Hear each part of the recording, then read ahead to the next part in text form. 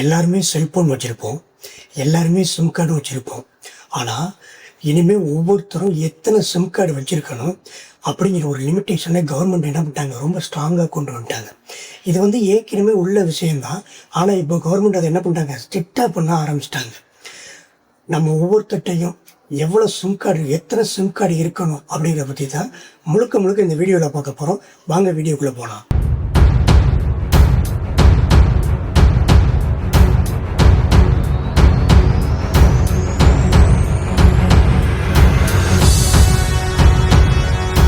இப்போ நீங்கள் என்ன பண்ணுவீங்கன்னா, வீட்டில் துணி துவைச்சிட்டு இருப்பீங்க, இல்லை அப்படின்னா படிச்சுக்கிட்டு இருப்பீங்க, இல்லை அப்படின்னா ஏதோ ஒரு வேலை பார்த்துக்கிட்டு இருக்கீங்கன்னு வச்சுக்கோங்க. அப்போ உங்கள் மொபைல் ஃபோனில் ஒரு கால் வரும்.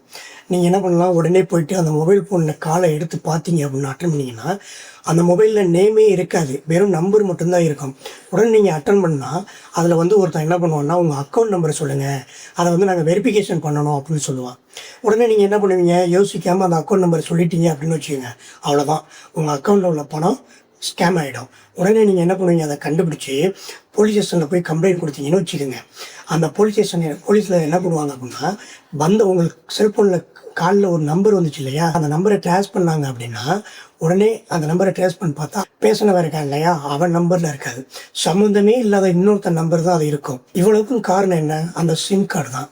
அப்போது நம்ம சிம் கார்டை நம்ம பயன்படுத்தினா பரவாயில்ல, ஆனால் நம்மளோட சிம் கார்டை இன்னொருத்தன் பயன்படுத்தினா கடைசியில் மாட்ட போகிறது யாரு, நம்ம தான். இந்த மாதிரி சைபர் கிரைம் போன்ற இல்லீகல் பிரச்சனை அதிகமாக நடந்துக்கிட்டு இருக்கு. நம்ம ஜென்ரல் கவர்மெண்ட் இருக்காங்களே, அவங்க இப்போயாச்சும் கண்ணை விழிச்சிட்டாங்க. இந்த டிஓடி இருக்குல்ல, டிஓடினா என்ன அப்படின்னா, டிபார்ட்மெண்ட் ஆஃப் டெலிகம்யூனிகேஷன் அப்படின்னு சொல்லுவாங்க. இவங்க ஆகஸ்ட் 17 ஒரு அறிக்கை, அதாவது ஒரு சர்க்குலர் வெளியிட்டிருக்காங்க. அந்த சர்க்குலரில் என்ன சொல்லியிருக்காங்க அப்படின்னா, இது ரொம்ப முக்கியமானதை நீங்கள் கவனிச்சிக்கணும். ஏன் அப்படின்னா, நாளைக்கு ஒருவேளை இந்த சிம் கார்டு பிரச்சனை உங்களுக்கும் வந்துச்சு அப்படின்னா, இந்த ப்ராப்ளத்தை சால்வ் பண்ணுறதுக்கு இந்த விஷயம் ரொம்ப முக்கியமாக பயன்படும். இப்போ நீங்கள் ஒரு ஜியோ சிம்மு வாங்க போகிறீங்க, ஜியோவோ அல்லது ஏர்டெல்லோ ஏதோ ஒரு சிம். இப்போ நீங்கள் அந்த ஜியோ சிம்மு வாங்க போகிறீங்க அப்படின்னா, அந்த ஜியோ கம்பெனிக்காரன் என்ன பண்ணணும் அப்படின்னா, இது வரைக்கும் நீங்கள் எத்தனை சிம் வாங்கியிருக்கீங்க அப்படிங்கிறத நம்ம வெரிஃபிகேஷன் பண்ணணும். ஒருவேளை கவர்மெண்ட் கொடுத்துருக்க அந்த எல்லையை லிமிட்டேஷனை மீறி நீங்கள் சிம்மு வாங்கியிருந்தீங்க அப்படின்னா, அதை அவங்க சொல்லிடணும். நீங்கள் இந்த மாதிரி லிமிட்டேஷனை தாண்டி சிம்மு வாங்கியிருக்கீங்க, அதனால் உங்களுக்கு சிம்மு கொடுக்கப்பட மாட்டாது, வழங்கப்பட மாட்டாது அப்படின்னு அவங்க சொல்லிடணும். இந்த டிஓடியோட இன்ஸ்ட்ரக்ஷன் படி பார்த்தீங்கன்னா, அதாவது டிபார்ட்மெண்ட் ஆஃப் டெலிகமிஷனோட இன்ஸ்ட்ரக்ஷன் அதன்படி பார்த்தீங்க அப்படின்னா, அதாவது எப்போன்னா 2012 சொல்லியிருக்காங்க. ஒருத்தர், அதாவது இந்தியாவில் ஒருத்தர் 9 சிம் கனெக்ஷன் வச்சுருக்கலாமா. அது எந்த ஜியோவாக இருக்கட்டும், ஏர்டெல்லாக இருக்கட்டும், வோடஃபோனாக இருக்கட்டும், எதுவாக இருந்தாலும். அப்படி ஒருவேளை 9 கனெக்ஷன், 9 சிம் கார்டு அப்படிங்கிறத தாண்டி நீங்கள் ஒரு சிம் வாங்கினீங்க அப்படின்னா, ஆட்டோமேட்டிக்காக அந்த 10வது சிம் என்ன பண்ணப்படும், துண்டிக்கப்படுமா. உடனே துண்டிக்கப்பட்ட உடனே ஆட்டோமேட்டிக்காக இந்த 9வது சிம்மை தாண்டி நீங்கள் ஒரு சிம்மு வாங்கிட்டீங்க அப்படிங்கிற ப்ராப்ளத்தை நீங்கள் எப்போ சால்வ் பண்ணுறீங்களோ ஆட்டோமேட்டிக்காக அந்த 10வது சிம்மு கனெக்ட் ஆகிடுமா.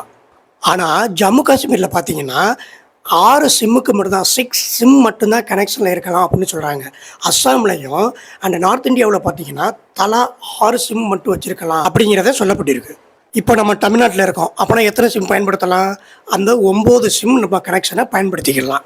இந்த சிஏஎஃப் அப்படின்னு ஒன்று சொல்லுவாங்க. அது என்ன அப்படின்னா, கஸ்டமர் அப்ளிகேஷன் ஃபார்ம் அப்படின்னு சொல்லுவாங்க. இப்போ நீங்கள் இப்போ ஜியோ சிம்மோ ஏர்டெல் சிம்மோ ஏதாவது ஒரு கனெக்ஷன் சிம் வாங்க போகிறீங்க அப்படின்னா, அந்த ஃபார்மில் என்ன ஃபில்அப் பண்ணி கொடுக்கணும்னா, இது வரைக்கும் நீங்கள் எத்தனை சிம் வாங்கியிருக்கீங்க அப்படிங்கிறத ஃபில்அப் பண்ணி கொடுக்கணும். அப்படி இல்லை அப்படின்னா அவங்களே செக் பண்ணி, இப்போ ஜியோவில் நீங்கள் ஒரு சிம் வாங்க போகிறீங்கன்னா, இது வரைக்கும் உங்கள் பேர்லையோ இல்லைன்னா உங்கள் பேரில் மற்றவங்களுக்கோ எவ்வளோ சிம் வாங்கியிருக்கீங்க அப்படின்னு அவங்க வெரிஃபிகேஷன் பண்ணி கொடுப்பாங்க. அந்த வெரிஃபிகேஷனில் நீங்கள் 9 சிம்மை தாண்டி 10வது சிம் வாங்க போகிறீங்க அப்படின்னா அவங்களே ஆட்டோமேட்டிக்காக உங்களுக்கு சிம் வழங்கப்பட மாட்டாது அப்படின்னு சொல்லுவாங்க.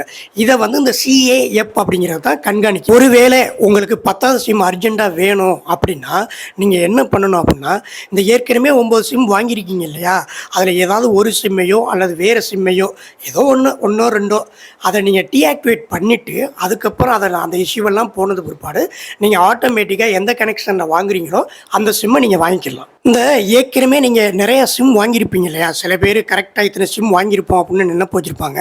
சில பேருக்கு எத்தனை சிம் வாங்கணும் அப்படிங்கிறது அவங்களுக்கே அது சுத்தமாக மறந்து போயிருக்கும். இதை நீங்கள் என்ன பண்ணணும் அப்படின்னா, இதுவரைக்கும் இல்லாட்டி இனிமேல் நீங்கள் கண்டிப்பாக பண்ணி ஆகணும். என்ன அப்படின்னா, இதுவரைக்கும் நீங்கள் எத்தனை சிம் வாங்கியிருக்கீங்க அப்படிங்கிறத நீங்கள் வந்து வெரிஃபிகேஷன் பண்ணணும். அந்த கம்பெனியில் போயிட்டு கேட்கணும். ஒருவேளை அந்த சிம்மெல்லாம் நம்ம பேரில் தான் நம்ம பேரில் தான் இருக்கா? நம்ம பேரில் தான் யூஸ் ஆகிட்டு இருக்கா?